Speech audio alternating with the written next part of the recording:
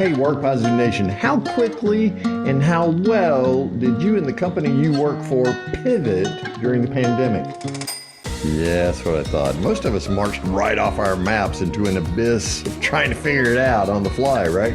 Well, my guest on this episode of the Work Positive Podcast figured it out quickly and well, pivoting successfully in only 21 days.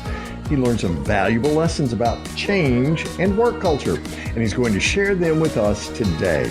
So lean in, listen up, and let's learn, Work Positive Nation. Welcome to the Work Positive Podcast with your host, executive coach, and culture architect, Dr. Joey Fawcett.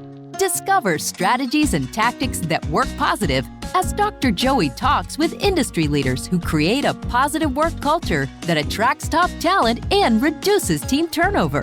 Discover how you can create a work-positive culture that increases productivity and profits. Here's your host, Dr. Joey. Work Positive Nation, help me welcome to the podcast, the Alex Atwood. Alex, welcome to the Work Positive Podcast. Pleasure to be here, Dr. Joey. We are just, as we say in the South, tickled to death to have you here. I don't know, tickle pink somehow wouldn't seem to fit me, so... with this voice, right? Maybe, I don't know. Anyway, so what was it that you did during the pandemic to pivot successfully in only 21 days? Well, it was a combination of things.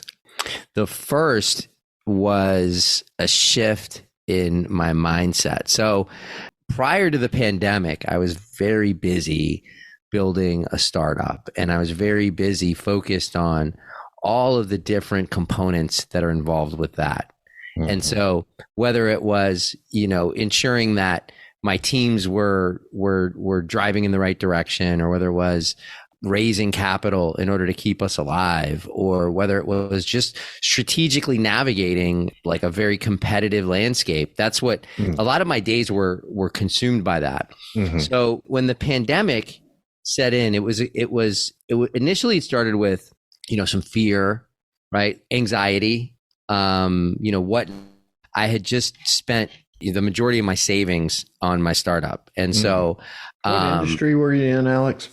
I've always been in the staffing industry. Okay. And I ran a traditional staffing agency. By traditional, I mean that it was very manual, lots of interviews, lots of, high touch with every single person that would walk in the door. We literally had offices where people would walk in and have interviews and things like that. And after 17 years of being in that business, things started to shift pretty dramatically. Technology started to catch up. And it became more of an industry that I could see had a future in technology, in the sense that more and more and more expectation from the worker side of sort of that two-sided business was using some sort of app, some sort of tool, whether they were driving Uber, whether they were delivering groceries, whatever that was. Yep. Our workforce was used to getting on a cell phone and quickly getting access to information.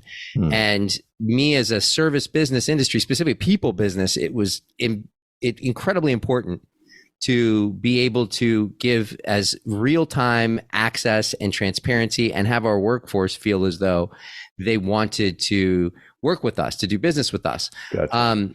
And so that's where around 2016, I put an idea together to put a startup together, which is my startup Gravy Work. And so getting back to March 13th, 2020, I think it was March, that was effectively when the world really shut down. And I remember on that Friday, the business we were in terms of Gravy, was providing an on-demand staffing platform, mobile first, for the hospitality industry. So basically, if you're a worker in the industry, if you're somebody who wants to work shifts, like imagine you have, like your Instacarts, your Ubers, those type of platforms where you can, pick up a ride, or you can give a ride. In this case, you can pick up a shift at a hotel. You can pick up multiple shifts. You can even pick up full-time work, really at your fingertips. And suddenly that industry was shut down. Yeah. And it happened literally, I mean, we were all there. It happened within like a week. So it was one of those things where that last week was lots of like, contemplating like how do we do this?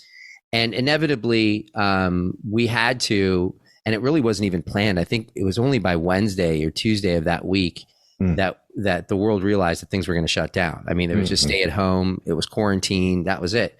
So there's no possible way the company in that current form would be able to sustain. It was impossible. I mean, our whole business model was based on people showing up to go serve in an environment like that. So we had a really tough conversation. The majority of my team members at that time, we had to lay off on that Friday. Wow. And I remember having that conversation and just thinking how much I felt responsible for everyone in that room. And even though they didn't, see this as something that was, caused by us or, any sort of, there was no negative connotation to it, opposed from, what the world was going through. But it was one of those things where I said, I want to find a way to bring this incredible team back together because we had such a cohesive team. People really enjoyed working together. They really enjoyed creating, and the environment that we had was an incredibly powerful one. Wow. So at that point, I remember that weekend, it wasn't so much anxiety. As a matter of fact, I remember not being anxious in a weird way. I remember being relieved. And that was a strange feeling. And so I started to discuss, like, why am I relieved here? Shouldn't I be? Yeah, that's what I'm wondering. Why were you relieved? Well, if I look back at it, I think I was relieved because there was an incredible amount of pressure at that time to compete, grow, get money in the door so that we can take care of all the initiatives. And I realized, hey, I wasn't grounded. And that weekend was the first time that I was able to feel grounded, to feel as though I could take a breath and I could like observe my environment in terms of like actually, physically what's my environment, because I was moving so fast before. Yeah. But it also gave me like some space to think about what it is exactly that, I can actually do. And what was great about that was when in the space of anxiety, and what I didn't realize up until, that particular moment was I was working so much and accomplishing or thinking I was accomplishing a lot. And frankly, I think I was, but I wasn't able to take a breath. And so a lot of what I was doing was reactive and it was causing anxiety. It just was. I had a daily anxiety feeling when I woke up in the morning, got to get it done. Is this happening? Is that happening? And when I went to bed at night, right. So in that space of like, there was a clearing there was some space for me to think. That's when I remember that Monday, I was so used to going into the office, right? So I said, you know what? No one's in the office. I'm just going to go to the office, right? By myself. Right. And so I did. And at the time, George, who was my COO, him and I had a very close relationship. And so he said, I want to come in the office too. I'm bored. And I said, yeah, come in the office. Guess what? I'll pay you. I make sure that as much as I can, I want to be able to support. And we didn't have any income coming in, but I wanted to make sure that my COO was able to generate some income because A, I loved working with him, and B, I frankly didn't want him to go anywhere. I wanted to make sure that I still had him around, and and so that's what happened. So it ended up the second week, the first few days was me by myself. I had a whiteboard and I started to just write on the whiteboard. I put together, who the market was, what the market was dealing with, what our capacity was, what our strengths were, what could we do in this environment? And so after doing that, after kind of writing things through, we landed on supporting our existing client base with what they were facing, which was like this unknown, this virus, right, that was showing up, finding a way to be able to have their customers feel safe, right, as in their environment, right? And so with that, we decided, okay, well, we have a workforce here, right, that is ready to go to work if we need them to. And we have a distribution method to get them out there to work, right? And we have all these contacts with all of these different hotels, vendors, communities. We have all these contacts. And so how can we leverage? So I remember that the following weekend, I went down to Miami and had dinner with some friends of mine. And it just so happened, one of my friends was importing from South Korea a non-toxic disinfectant called HOCl, which was basically salt water that was electrolyzed, right? And so they had machines that were electrolyzing salt water to make it a viricide. And the thing about it was completely safe. I mean, salt and water, right? Yeah. So at the time, and I don't know if you remember this, but there was all sorts of toxic chemicals flying everywhere. People were spraying stuff all over, desks. My and, allergies were going crazy, man. Crazy, right? And I remember going in. So anyway, so my friend, I said, look, we could use that. So, bada bing, bada boom. I ended up taking my software team at the time, which, software guys, they didn't necessarily have to work for my company. They could have went anywhere, right? The pandemic didn't really impact you sitting home and coding software. So I needed first to find something for them to do so I don't lose my whole software team. So I was able to negotiate a deal with my friend's company that was importing software to have my development team develop a database software to be able to do what? To be able to track all of the liquid that was coming in from South Korea, to track the machines. So they started to build this really interesting database that had nothing to do with what we were up to, but it kept them busy. It kept their brains working. It kept them actively engaged with me. So I had them working on the software. Then once we had the software, well, now we had all this access to this disinfectant that was non-toxic. And through those connections, we ended up getting access to electrostatic sprayers. Now, that was a really big thing back in 2020 because those were the tools needed in order to be able to actually spray any sort of disinfectant. So we had access to the sprayers. We had access, which no one had access to at the time, and we had access to disinfectant that was very different. And we had access to all these hotels and these country clubs and all these people that needed that. So we created a new company. We named it Sandy Staff.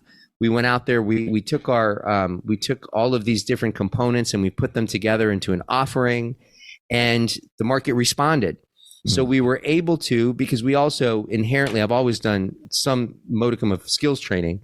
We were able to train up a good amount of our workforce to be able to go out and spray and disinfect, and to run microbial testing on porous surfaces to give specific levels of virus. So we were able to not just go out and spray, but we could give you real data. And we wrote a white paper on it. And so anyway, and the whole process took it was 3 weeks of kind of planning. 1 week of planning and then 2 weeks of execution to just have the game plan there, the website put up, the marketing, the business development agreements in place, like all of that happened like within like a 3 weeks to a month period. And that was before we actually, opened our doors. Once we actually opened our doors and had it going, there was a massive response to it. And what we were doing is we were really providing a valuable service to the industry. And we were able to get our team members back to work, albeit in a completely different role, doing a completely different thing than we had originally done. But it was exciting. It was lots of work, but lots of creation. It brought us together. And I think what it was that really sort of was the catalyst, or I should say the cohesion behind all of this, was the way that our team worked together. I mean, people they just liked working together. And from that, it really, really enlightened me into how important it is to have a group of people that really enjoy what they're doing first and foremost, and ideally also see that what they're doing somehow enhances what's going on in their lives, right? So whether it's their purpose or whether it's they're acquiring all sorts of new skills or new ideas through the work, like that I found was extremely important. And so having a group of team members who were also enrolled in building and creating and excited about that and was excellent. And it taught me lots of lessons. So it was kind of how it pivoted. So it wasn't a short answer, because it was right. I love the story, man. It was a combination of a lot of things. Right. That got us there. Alex Atwood is my guest on this episode of the Work Positive Podcast. You can go to alexatwood.co right now, alexatwood.co, and you can scroll through some pages there and find out more about Alex and some of the resources that he offers.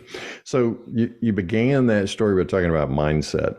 So if we can go back to March 13, 2020, I mean, I don't know that there's any real way to capture all the anxiety that you were experiencing in a startup or the fear that we were all experiencing. I mean, the landscape shifted big time, which is a great understatement, right? But you said something really important that I want to highlight there. Those unintended consequences of this virus affected you in your startup, but the thing that you hunkered down in and began telling that story about was about how your mindset shifted. And you used the word grounded 2 or 3 times there, and then the paradox, if you will, of you feeling like, okay, I can take a step back from all the hectic stuff that was going on before, that anxiety before. But most of us, we were more anxious. You know, here you were getting grounded, right? And looking for opportunity as opposed to seeing the danger. The Chinese have a 2-character representation for that word crisis. One character means danger, the other opportunity. So you seize the opportunity and you literally flip that switch for your mindset to shift over. How did you shift that mindset? Because most of us, when change, especially cataclysmic change like that, we freeze up, man. We just become so anxious and we dry up and blow away. But instead, you shifted, got grounded, and moved your mindset towards opportunity. How did you do that? Well, first of all, it's not something that just came, without work. So prior to you just didn't wake up on that Monday morning and go, no, hey, I think I'll shift my mindset towards opportunity. No. So throughout my sort of journey as an entrepreneur, and specifically in a business that's all people based, it's like HR on steroids is effectively what I call staffing. Yep. Right. You're dealing with everyone else's staffing needs and hiring for others. Right. So going through that journey initially, I found myself waking up with a daily feeling of anxiety, with a daily feeling of like, are all my customers happy? Am I doing the right thing? So there's always sort of a general thread that would always show up with me. Right. And it was like a fight or flight almost, like that would kind of drive what I thought was like productive energy. So I had it that, okay, so, the more I'd kind of push myself, you know what I mean? And and something's wrong, but I need to push through that.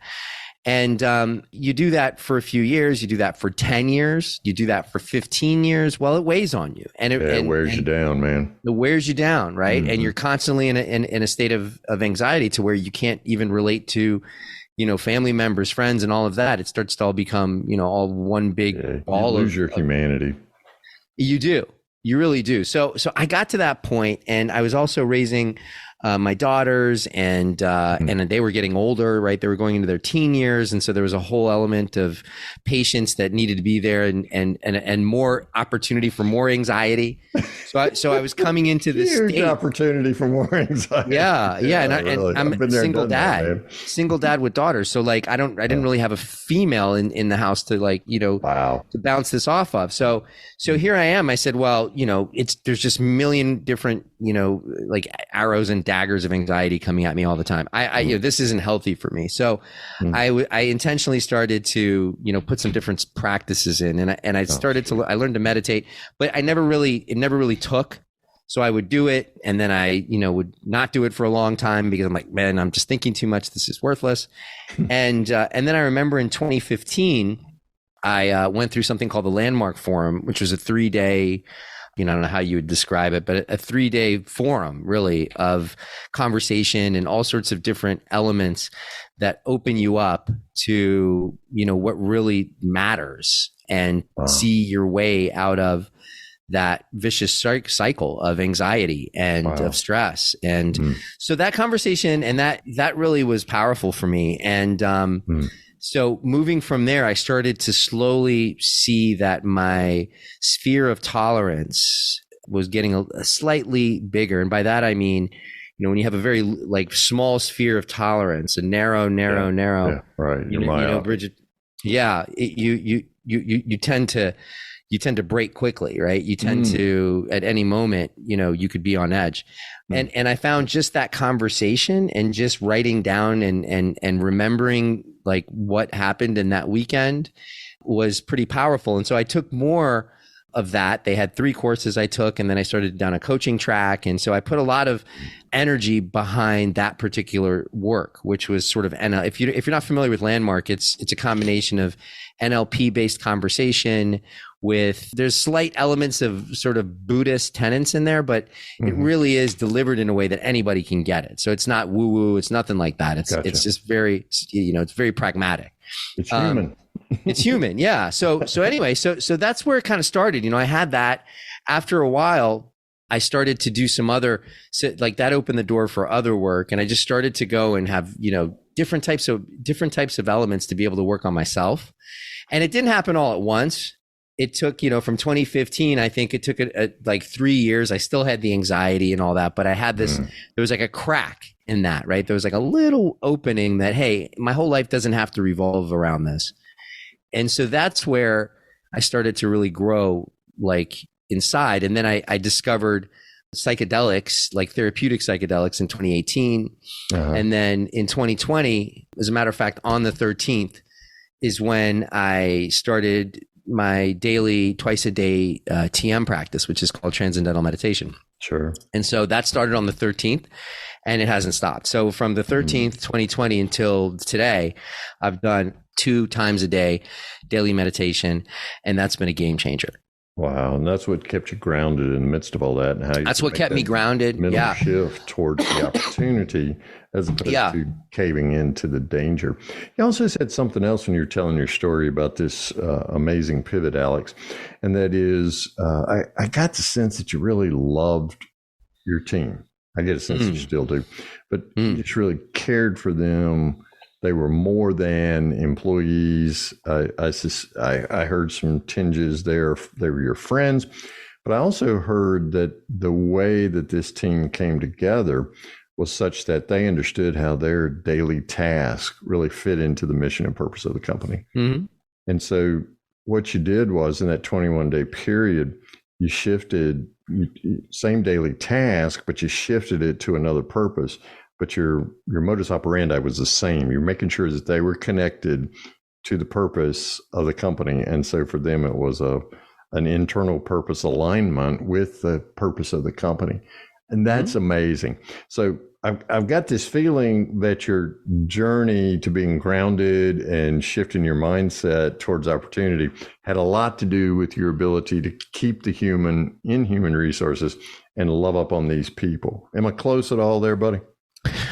Yeah, I think I've always had an affinity to people.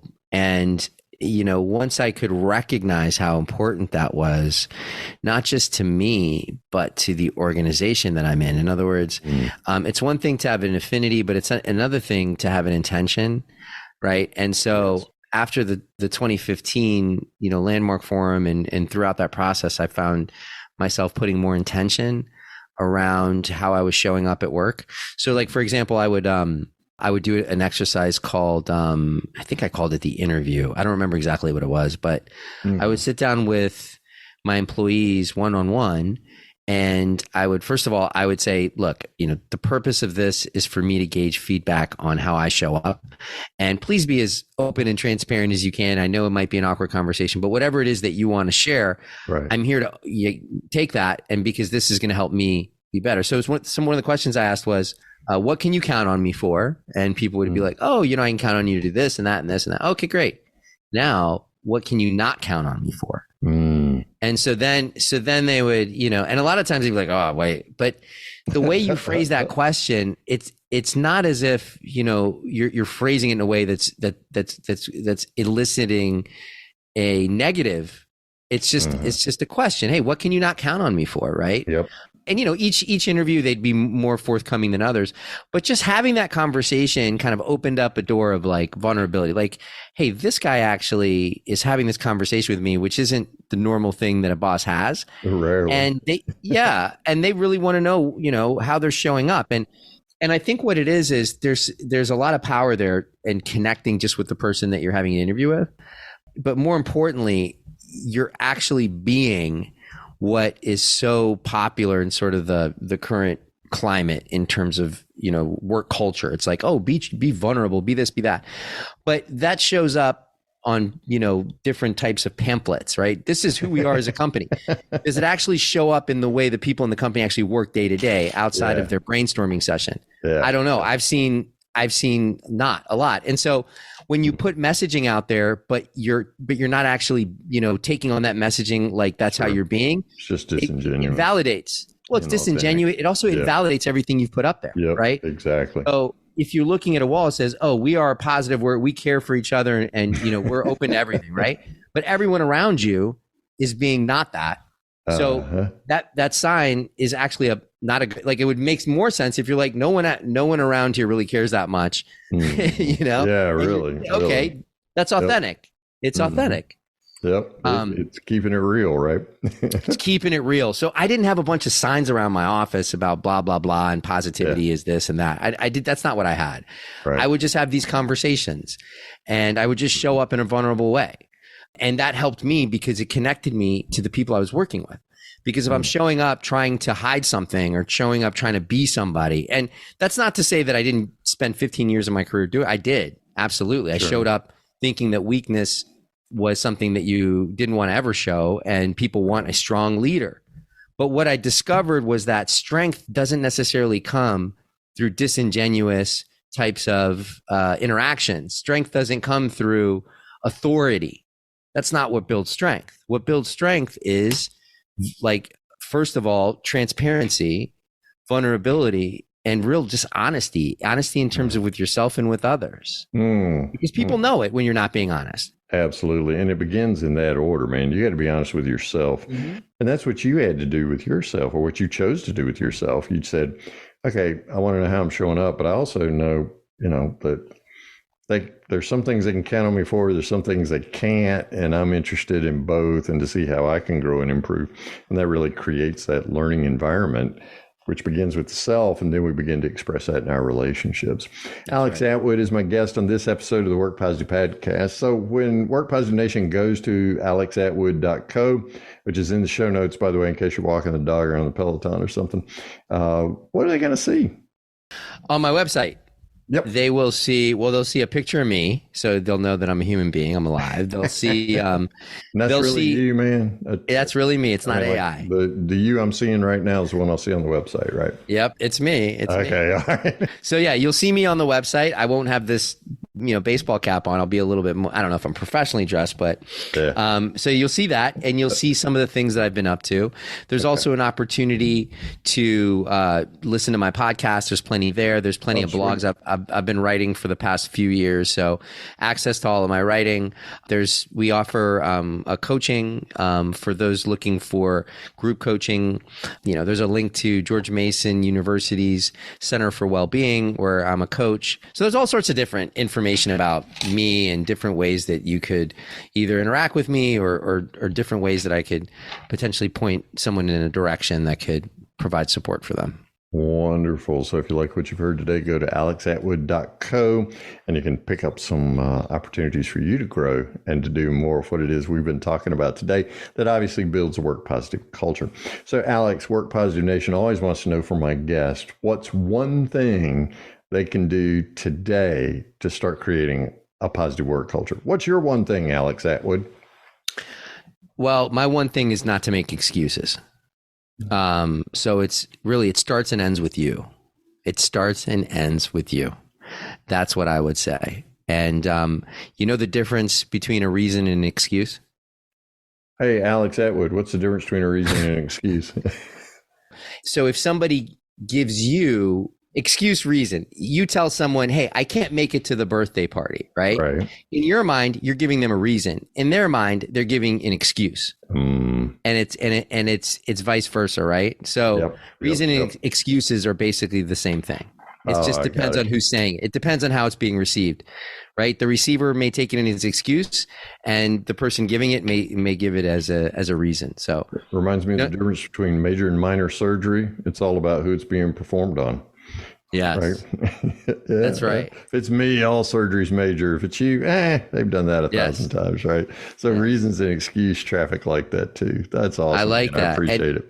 And there's never limited resources. There's never limited resourcefulness, even when there's limited resources. So I love it. And you certainly proved that back Thank in you. March 2020. We appreciate that, man. Thank you. Alex Atwood is my guest on this episode of the Work Positive Podcast. Go right now to alexatwood.co and discover how you can get some more Alex Atwood. Alex, thank you so much for sharing your story and your wisdom. Man, I love your groundedness. Thank you so much for being on the Work Positive Podcast today. Thank you, Dr. Joey. I appreciate it. Thank you for listening to this episode of the Work Positive Podcast. Please share this podcast with your friends who are HR and small business leaders so they can do one thing today to create a positive work culture that increases productivity and profits. I'd like to give you a free Work Positive course just for listening. It's called Something to Talk About, and it's transformed the work conversations of so many people all over the world. Get your free copy when you go to workpositive.today/something to talk about, and you can start transforming your conversations today. Remember, it pays to work positive.